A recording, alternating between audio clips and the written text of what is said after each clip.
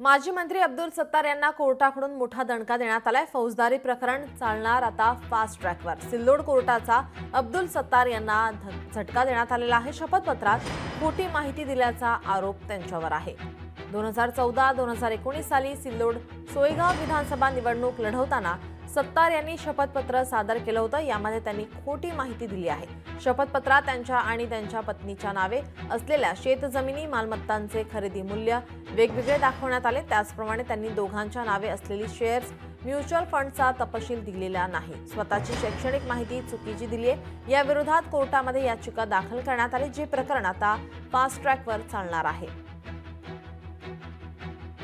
मला आता अपेक्षा आहे की सदर प्रकरण आता फास्ट ट्रॅकवर चालवण्यात येऊन लवकरच प्रकरणात निकाल लागणार आहे। त्याचप्रमाणे काल या याचिकेमध्ये अब्दुल सत्तार यांचे वकील माझी उलट तपासणी घेणार होते, परंतु अब्दुल सत्तार यांचे वरिष्ठ जे विधिज्ञ होते श्री निलेश घाणेकर हे काल उपस्थित झाले नाही।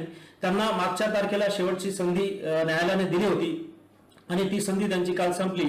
त्यामुळे आमच्या अर्जानुसार न्यायालयाने आदेश पारित केले की आता सदर प्रस्तुत प्रकरणामध्ये माझी उलट तपासणी घेता येणार नाही। त्यामुळे आता लवकरच सदर प्रकरण फास्ट ट्रॅक कोर्टात चालून अब्दुल सत्तार यांच्या विरोधात योग्य तो निकाल लागेल। लोकशाही मराठी ऐका, पहा, जागरूक रहा।